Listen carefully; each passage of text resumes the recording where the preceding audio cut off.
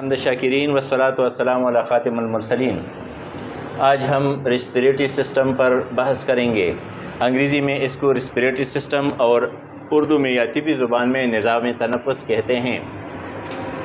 نظام تنفس میں ناک، اردو میں ناک اور انگریزی میں اس کو نوز، جس کے دو نتنے ہوتے ہیں، ایئر پیسیج اور ہوا کی نالی، جس کو فیرنگس کہتے ہیں۔ فیرنگس کے بعد لیرنگس کے بعد ٹریکیا، اور ٹریکیا پھر دو حصوں پر مشتمل ہے، برونکائی دونوں پھیپھڑوں میں تقسیم ہوتے ہیں، اور برونکائی مزید برینکیولز میں تقسیم ہوتے ہیں۔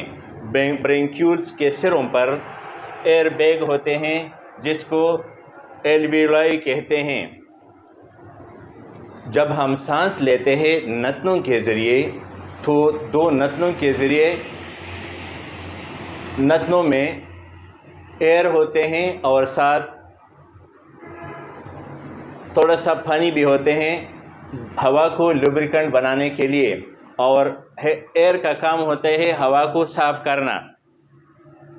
اگر ہم اس طرح سانس لیں گے نوز کے بغیر، تو اس میں گرد و غبار ہوتے ہیں، جراثیم ہوتے ہیں، جو کہ صحت کے لیے اچھی نہیں ہوتی، صحت پر اس کا برا اثر ہوتا ہے۔ تو اللہ تبارک و تعالیٰ نے ہمارے نوز میں یا ناک میں ایسا نظام پیدا کیا ہے جس کے ذریعے ہم سانس لیتے ہیں، تو وہاں پر فلٹر بھی ہوتا ہے ساتھ۔